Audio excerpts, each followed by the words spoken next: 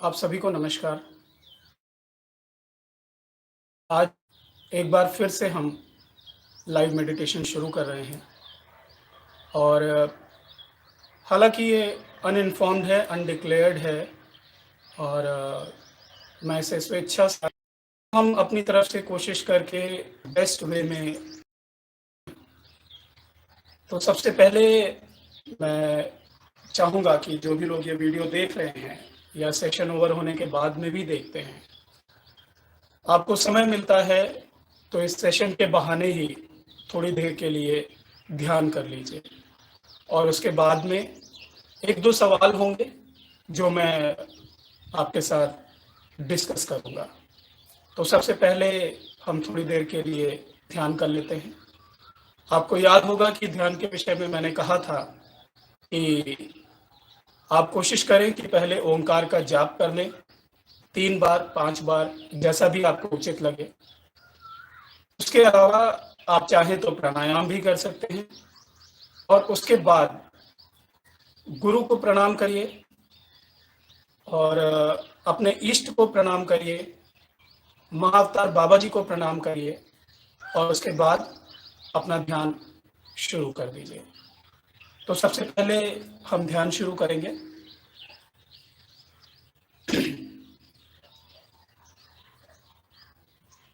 पहले ओंकार का जाप आप कर लीजिए। मैं इस वक्त नहीं कर रहा हूँ, लेकिन आप अपने स्थान पर जब भी इसको देख रहे हैं, अभी देखें या बाद में देखें, आप कोशिश करें कि प्राणायाम या ओंकार का जाप कर लें और उसके बाद अपना ध्यान शुरू करें। मैं सीधे ध्यान शुरू कर रहा हूँ। थोड़ी देर के लिए मैं ध्यान करूँगा। उसके बाद 2-3 सवाल में जो मैं आपके साथ डिस्कस करूँगा और हम कोशिश करेंगे कि फ्यूचर में भी ऐसा करते रहें।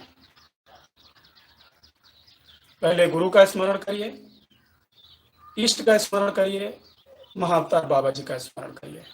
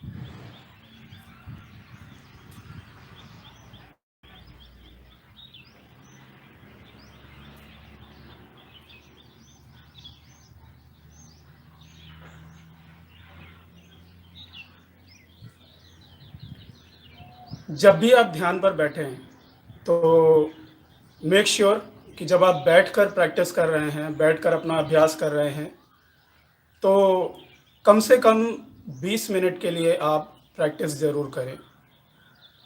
अभी एक क्वेश्चन देखा मैंने स्क्रीन पे, इन्होंने पूछा हुआ है कि ये ध्यान चल रहा है या सत्संग है? देखिए, सत्संग पहले हमें समझना चाहिए कि सत्संग का अर्थ क्या होता है। सत्संग का सिंपल सा अर्थ है सत्य का संग, सत्य का साथ। वो कोई भी स्थिति, वो कोई भी व्यक्ति जिससे वार्तालाप करके, जिसके साथ बैठकर आपको परम चेतना की तरफ जाने का अवसर प्राप्त हो, उसके बारे में विचार करने का अवसर प्राप्त हो, चिंतन करने का अवसर प्राप्त हो, वो सत्संग ही है। तो सत्संग ऐसी कोई भी स्थिति है जहाँ पे आप सत्य की खोज के लिए प्रेरित होते हैं।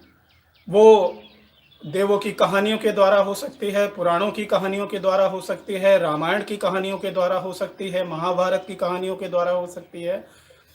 सत्संग वो हर स्थिति है जिसमें आप अपने भीतर झाँकने के लिए, माफ़ कीजिएगा, झाँकने के लिए बाध्य होते हैं या प्रेरित होते हैं।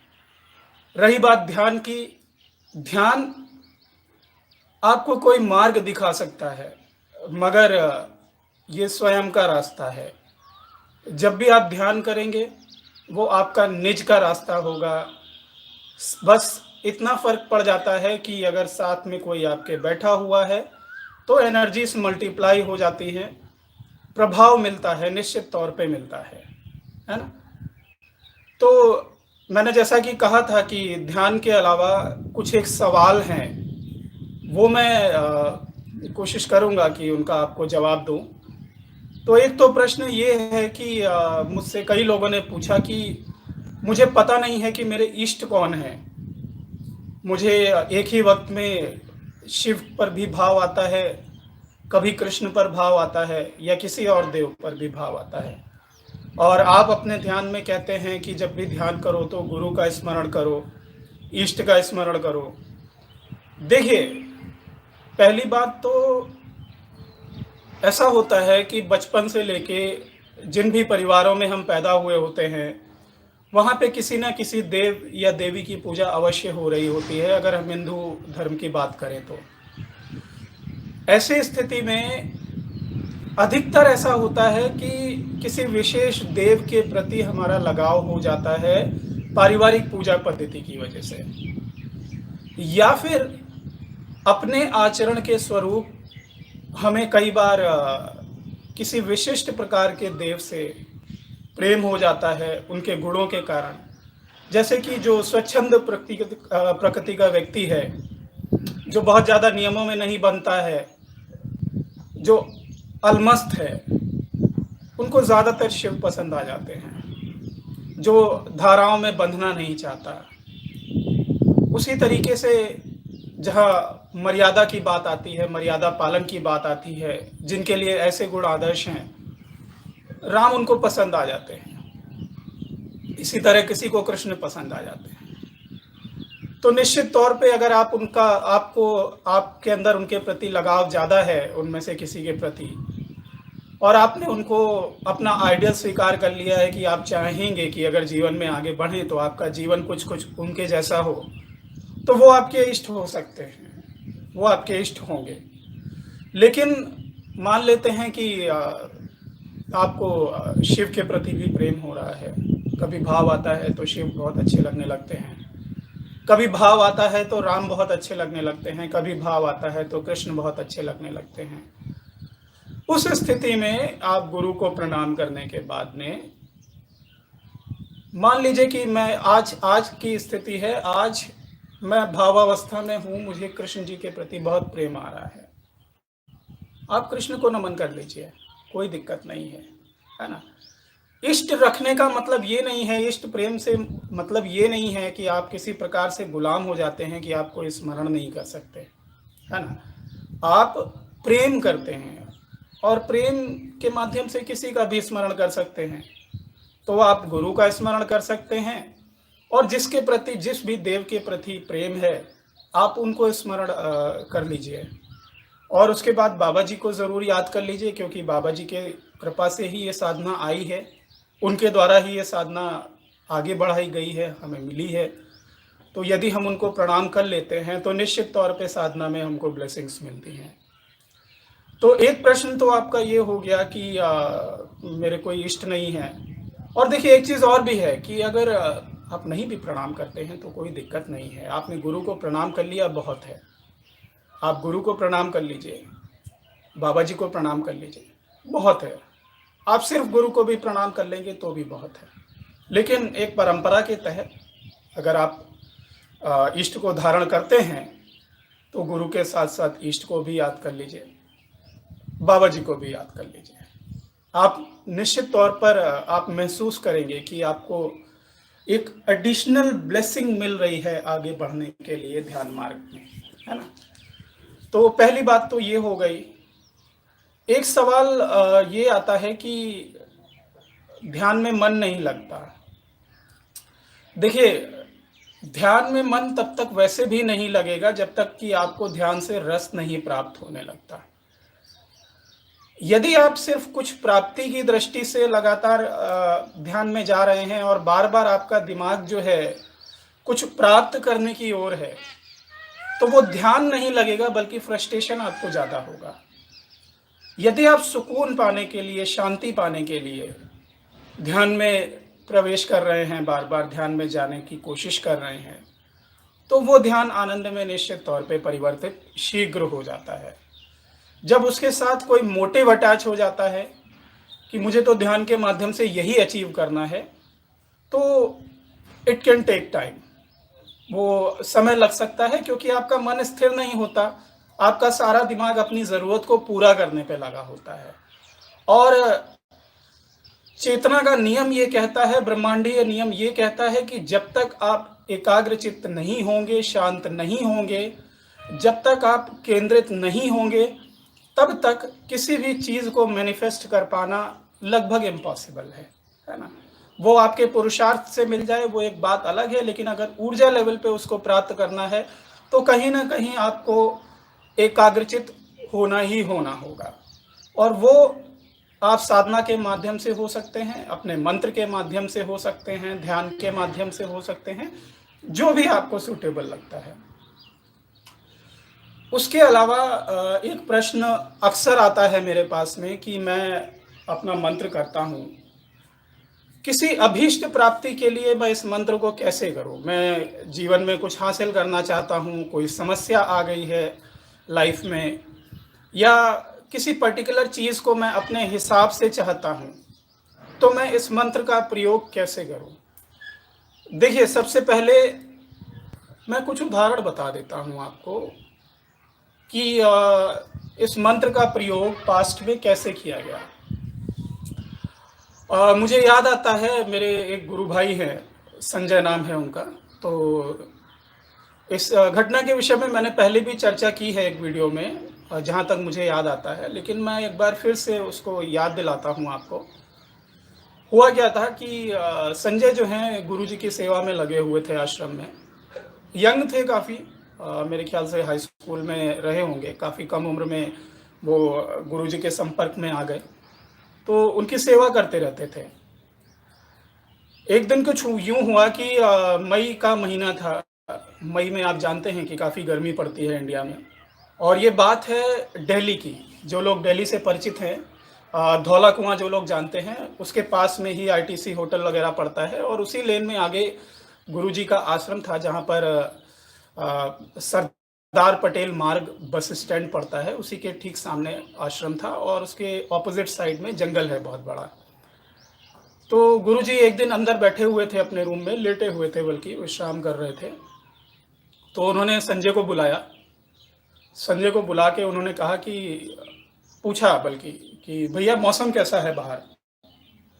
तो संजय ने कहा कि गुरुजी काफ़ी ज़्यादा गर्मी है, हवा भी नहीं चल रही है, बहुत ज़्यादा गर्मी है। तो गुरुजी ने कहा कि ठीक है, चलो बारिश करवाते हैं।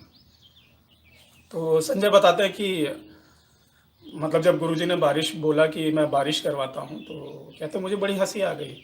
एक तो बचपना था, हाई स्कूल में आप जानते हैं कितनी उम्र होती है, 16-17 साल। तो क्या था कि मैं हल्का-सा मतलब मुँह दबाकर बाहर आ गया और मुझे बड़ी हँसी आई। माफ़ कीजिएगा। तो क्या था मैं बैठा हूँ, मुश्किल से 10-15 मिनट हुए होंगे और मेरे सामने ही मौसम बदलने लग गया। पहले अंधड़ का मौसम हुआ, आँधी आना शुरू हुई और उसके बाद में धीरे-धीरे ये आँधी गहराती गई। आँधी के बाद में कहते देखते ही देखते मेरे हल्की-हल्की बूँदाबांदी शुरू हो गई और वो बूँदाबांदी बहुत तेज़ होने लगी, ठीक है।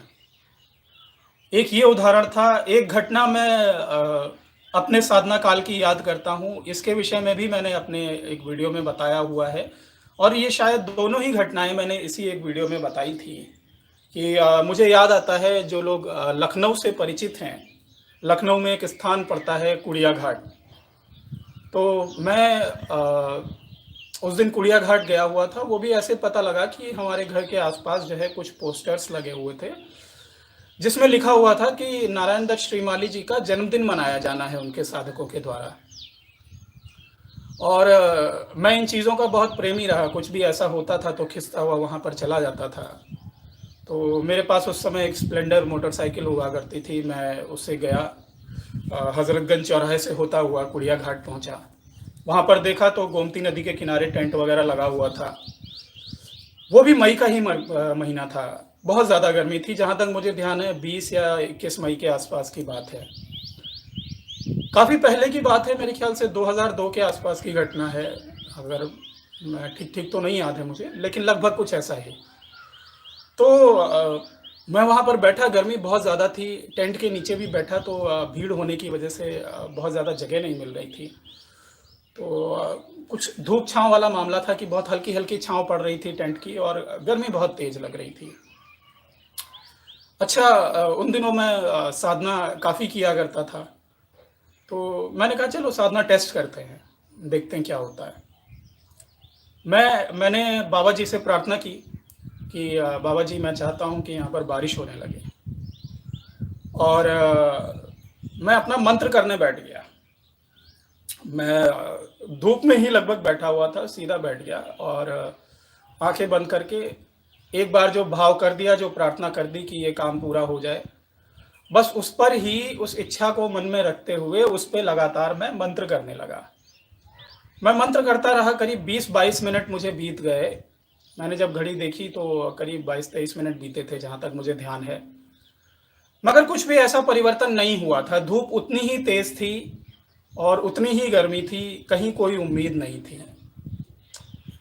अल्टीमेटली गर्मी में बैठा नहीं गया मुझसे, मैं उठकर वहाँ से चल दिया, बाइक उठाई और हज़रतगंज चौराहे से कुड़िया घाट मेरे ख्याल से बहुत ज़्यादा 10-15 मिनट की दूरी होगी। मैं लखनऊ में भी बहुत ज़्यादा घूमता नहीं हूँ, मैं बहुत ज़्यादा रिज़र्व्ड रहा हूँ, बहुत ज़्यादा लखनऊ में रहते हुए भी ज़्यादा लखनऊ नहीं घूमा, दिल्ली रहते हुए दिल्ली भी ज़्यादा नहीं घूमा। तो मैं कम परिचित हूँ दूरी के मामले में और स्थान किस दिशा में है इस मामले में, लेकिन कुछ एक स्थान तो पता ही हैं। मैं वहाँ से हज़रतगंज चौराहे तक आता हूँ और अचानक मेरी आसमान की तरफ नज़र जाती है तो मैं देखता हूँ कि कुछ काले-काले बादल जो है 4-5 की संख्या में मुझे दिखाई पड़े। थोड़ा-सा होप जागी कि शायद थोड़ी देर पहले जो मैंने प्रार्थना की थी, उसकी वजह से हो सकता है ये। क्योंकि जब वहाँ पर मैं उठा था, तो वहाँ पर तो निश्चित तौर पे मैं श्योर था कि लगता है प्रार्थना सुनी नहीं गई है और हो सकता है ये मेरा दंभ हो कि मैं इतनी मजबूती से बैठ गया कि अब बारिश हो जानी चाहिए, ऐसे गर्मी के मौसम में भला मेरी क्यों सुनेंगी देव शक्तियाँ। मैं वहाँ से चल दिया और वहाँ से हज़रतगंज से जो मेरा घर है वो शायद 11 किलोमीटर के आसपास पड़ता है। तो मैं गया, लेकिन जब तक मैं घर पहुँचा हूँ आपको बता दूँ कि पूरे आसमान में बादल ही बादल थे, आंधी शुरू हो चुकी थी, बूंदाबांदी शुरू हो चुकी थी और घर में प्रवेश करने के बाद में तकरीबन आधे घंटे बहुत ज़ोरदार बारिश हुई। उस दिन मुझे ये ज़रूर समझ में आया कि हार नहीं माननी चाहिए इतनी जल्दी। और इतनी जल्दी अविश्वास नहीं प्रकट करना चाहिए शक्तियों के प्रति। अगर आप धैर्य रखेंगे तो बड़े से बड़ा काम भी हो सकता है, बड़े से बड़ा काम हो सकता है ना। तो ये दो उदाहरण मैंने दिए कि मंत्र कहाँ पे काम कर सकता है। अब एग्जैक्टली कैसे इसको प्रयोग करना है, मान लेते हैं कि कोई ऐसी समस्या है जो निरंतर आ रही है, ठीक है, या आप कोई चीज़ चाहते हैं कि वो इस प्रकार से घटित हो जाए। आपको करना क्या है, सबसे पहले अपनी जो इच्छा है, इच्छानी है, आंखें बंद करके गुरु को नमन करते हुए, बाबा जी को नमन करते हुए, अपने इष्ट को नमन करते हुए उनके समक्ष ये समस्या रख दीजिए मन ही मन, ठीक है। उसके बाद आपने जब समस्या रख दी, उनसे प्रार्थना करिए कि मेरी इसमें सहायता करें और मेरा ये कार्य सिद्ध करें, इसको पूर्ण करें। शब्दावली आपकी अपनी हो सकती है, ज़रूरी नहीं है कि आप मेरी शब्दावली पे जाएं, आपकी अपनी शब्दावली हो सकती है। और इसके बाद में या तो गुरु को स्मरण में ले आए, इष्ट को ले आए, या बाबा जी को ले आए, उनको अपनी नज़रों के सामने रखें। जैसे हम अपने किसी जानने वाले को याद कर रहे हैं, या एक प्रेमी प्रेमिका को याद करता है, लगातार उसकी शक्ल जो है उसके आंखों के सामने घूमती रहती है, उसी तरह से गुरु सत्ता, इष्ट सत्ता, या वो कोई भी चेतना जिससे आप प्रेम करते हैं, जो सात्विक है, उसको याद करते हुए उनको प्रणाम करें। और उसके बाद जो इच्छा है, उस इच्छा पे आप मंत्र करते हैं। मंत्र उसी प्रकार से करें जैसे मैंने बताया है, उसमें कोई बदलाव की आवश्यकता नहीं है। अन्य किसी मार्ग से साधना करते हैं वो भी कर सकते हैं कि आप जैसे आप साधना देखेंगे कि आपका होगा, काम की इंटेंसिटी ज़्यादा है, ज़्यादा कठिन है और आपकी ऊर्जा वहां तक नहीं पहुंची है, धैर्यपूर्वक 3 महीने भर बनेंगे कि असंभव लग गया क्या, मंत्र करते रहना। मंत्र कैसे, कोई चीज़ खो गई है, कोई चीज़ नहीं मिल रही है, आप उसके लिए मंत्र कर सकते हैं। कोई भी चीज़, आंधी तूफान बारिश कोहरा, आपको कुछ भी करवाना है, आप प्रयास करिए। हो सकता है 1 अटेम्प्ट में ना हो, 2 अटेम्प्ट 10 अटेम्प्ट में भी ना हो, लेकिन जब होने लग जाएगा तो आपको समझ में आ जाएगा कि ये आपकी साधना की बदौलत ही हो रहा है, आपके मंत्र की वजह से ही हो रहा है। क्रिया वही रखिएगा जो मैंने बताई है, और तरीका वही रखिएगा जो मैंने बताया है कि गुरु को स्मरण करिए, इष्ट को स्मरण करिए, बाबा जी को स्मरण करिए, ठीक है। एक तो ये चीज़ हो गई। अभी अभी एक प्रश्न मैंने देखा स्क्रीन पे, इन्होंने बोला है कि गुरुजी जब मैं साधना करता हूँ तो मुझे चक्कर आता है, सिर घूमता है और मैं साधना छोड़ देता हूँ उस वक्त। देखिए ये सब बहुत नेचुरल है। आप जब ये प्रैक्टिस करेंगे, इसमें ऊर्जा इतनी तेजी से जागृत होती है और वो सिर की तरफ जाती है। जो हमारा ब्रेन है उसको एनर्जी के साथ एकस्टम होने में थोड़ा समय लगता है। इस कारण होता क्या है कि जब तक ब्रेन सिंक्रोनाइज नहीं हो जाता है इस नई एनर्जी के साथ में, तब तक आपको तरह तरह की अनुभूतियां होती हैं। कभी आपको लगेगा आपका हेड स्पिन हो रहा है, सिर घूम रहा है, चक्कर आ रहा है, अंदर से सब कुछ हिलता हुआ प्रतीत होगा, ऐसा लगेगा बॉडी में कंपन हो रहा है। कभी कभी तो ऐसा लगता है कि जहां मैं बैठा हुआ हूं या जहां खड़ा हुआ हूं वो जगह हिल रही है। ये सारी चीजें होती हैं। सिर में दर्द भी होता है, वो धीरे धीरे नॉर्मल हो जाता है। हो सकता है सभी को दर्द ना हो, लेकिन कई लोगों को सिर में काफ़ी तेज़ दर्द होता है। लेकिन आपको अपनी साधना छोड़नी नहीं है। ये है कि सिर में अगर दर्द ज़्यादा हो रहा है, आप कुछ समय के लिए साधना को विराम दे सकते हैं और फिर धीरे धीरे जैसे ये ठीक हो जाता है फिर अपना उसी तरह से कंटिन्यू कर लीजिए। तो उसमें कोई समस्या नहीं है, इतना मैं निश्चित कह सकता हूँ। आप अपनी साधना करते रहिए, उसमें कोई एनर्जी के एकस्टम्ड हो जाएंगे, आप एनर्जी के साथ सिंक्रोनाइज हो जाएंगे, ठीक है। एक प्रश्न और भी आता है कि मैं काफ़ी टाइम से साधना कर रहा हूँ, कुछ पता नहीं चल रहा है, कुछ हो नहीं रहा है। देखिए 99% केसेस में कुछ ना कुछ ऐसा ज़रूर हो जाएगा कि आपको पता चलेगा कि हाँ साधना काम कर रही है मेरे लिए। 1% केस में ऐसा होता है कि आपको कुछ भी नहीं पता चलता, लेकिन उस वक्त अगर आपको बैठ के शांति एहसास हो रहा है, शांति का एहसास हो रहा है, अगर आप जो है किसी कार्य सिद्धि के लिए अपना मंत्र कर रहे हैं कि मेरा ये काम हो जाए, और आप देखते हैं कि वो काम लगातार हो रहे हैं, तो अनुभवों के पीछे बहुत ज़्यादा मत भागिए। महाशक्ति खुद तय करेंगी कि आपको कब और किस प्रकार की अनुभूति देनी है, ताकि आपकी ऊर्जा ना सिर्फ मूव करे बल्कि वो ब्रह्मांडीय चेतना के साथ मर्ज हो। तो किसी भी स्थिति में अपना मंत्र ना छोड़ें। 4 महीने, 6 महीने, साल भर का पेशेंस रखें। देखिए, कोई भी चीज़ एक दिन में नहीं होती है। मेरे पास प्रश्न आता है कि आपको कितना समय लगा ब्लिसफुल स्टेट प्राप्त करने में? कम से कम 8 महीने तो लगे थे, जहाँ तक मुझे याद है, वो भी प्रारंभिक झलक प्राप्त करने में। प्रकाश दिखाई देती है, हेलोजन की लाइट दिखती है। अगर आप हेलोजन की लाइट के सामने खड़े हो जाओ और आंखें बंद करके, और वो चेहरे पे जैसा भी प्रभाव डालेगी, जैसा भी आपको महसूस होता है, बिल्कुल वैसा ही प्रकाश, ठीक है। उसके बाद तीसरे नेत्र पे दृश्यों का दिखना, घटनाओं का दिखना, वो काफ़ी पहले शुरू हो गया था। मगर जो एक ब्लिसफुलनेस है, जो एक आनंद की लहर आना शुरू होती है, वो मेरे ख्याल से 8-9 महीने कम से कम लग गए थे। और फिर देखिए, बाकी चैलेंजेस भी आते हैं, है ना। इतना इजी नहीं होता है हम सभी के लिए, क्योंकि डेली लाइफ में भी हमारे चैलेंजेस हैं, बहुत सारी चीज़ें आती हैं। इसलिए एक ही चीज़ मैटर करती है कि लगातार आपको, सवाल ये होता है कि घर में रह के साधना करना बहुत मुश्किल हो जाता है। देखिए, अब रास्ता तो निकालना ही पड़ेगा। ओशो ने अपना एग्जाम्पल लिखा है, कहते हैं कि वो जब घर वाले ढूंढा करते थे, साधना करने के लिए मौका नहीं मिलता था, तो घर से जाके पेड़ पे छुप जाते थे, जाके पेड़ की डालियों पे बैठ के ध्यान करते थे। ठीक है, हमारे पास ये सुविधा नहीं होगी कि हम पेड़ की डालियों पे बैठ के ध्यान करें जाके, लेकिन मैंने बताया है कि आप अपना मंत्र जो है विस्पर करके कर सकते हैं, या बिना साउंड प्रोड्यूस किए कर सकते हैं। तो वो स्थितियां तो आपको कहीं ना कहीं तलाशनी ही पड़ेंगी, और वो स्थितियां नहीं है तो फिर साधना नहीं कर पाएंगे ऑब्वियसली।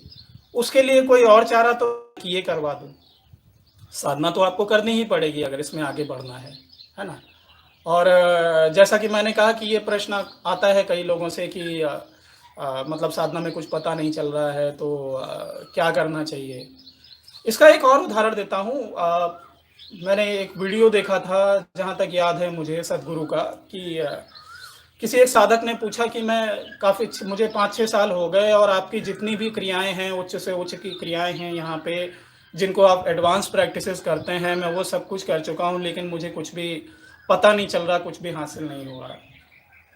तो उन्होंने हंसते हुए एक उत्तर दिया, कहते हैं कि this means you are asking me whether I should be practising Shambhavi next day और नॉट।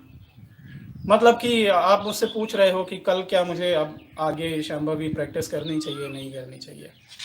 तो बहुत सिंपल सा स्ट्रेट फॉरवर्ड आंसर उन्होंने दिया था कि आपको करना तो किसी भी हालत में है। कुछ हो रहा है, नहीं हो रहा है, इससे कोई फ़र्क नहीं पड़ता। आप प्रैक्टिस अगर करते जाएंगे तो सूनर और लेटर घटित होना शुरू हो ही जाता है, ठीक है। वो घटित होना हो सकता है कि इस रूप में ना हो कि आपको पता चले, मगर कहीं ना कहीं आपकी कार्य सिद्धि अवश्य होना शुरू हो जाती है ना। प्रयास मैटर करेगा, जितना ज़्यादा आप प्रयास करते हैं। तो फिलहाल आज के लिए इतना ही। आप सभी को बहुत सारा प्रेम, आप सभी को मेरा आशीर्वाद, जो लोग भी ये साधना कर रहे हैं। और एक बार आप सभी से प्रेम पूर्ण गुजारिश है कि मंत्र जितना भी हो सकता है वो ज़रूर करें, जितना ज़्यादा हो सकता है उतना ज़्यादा करें। मैं जब भी हो सकेगा समय समय पर आपको साधना के विषय में बताता रहूँगा। आप लोग मुझे व्हाट्सएप पे अपने क्वेश्चंस भेजते रहिए। जो क्वेश्चंस रेलेवेंट होंगे वो क्वेश्चंस मैं उनका रिप्लाई करूँगा, और आप चाहें तो हमारे यूट्यूब पे भी कमेंट कर सकते हैं। वहाँ पर भी जो भी क्वेश्चंस आएंगे जो रेलेवेंट होंगे, मैं पूरी कोशिश करूँगा कि इसके विषय में आपको जवाब दूँ। आप सभी का बहुत बहुत शुक्रिया। मेरा नमस्कार। महाशक्ति आपकी रक्षा करें, आपके जीवन में शुभता हो, यही मेरी ईश्वर से प्रार्थना है। बहुत बहुत धन्यवाद।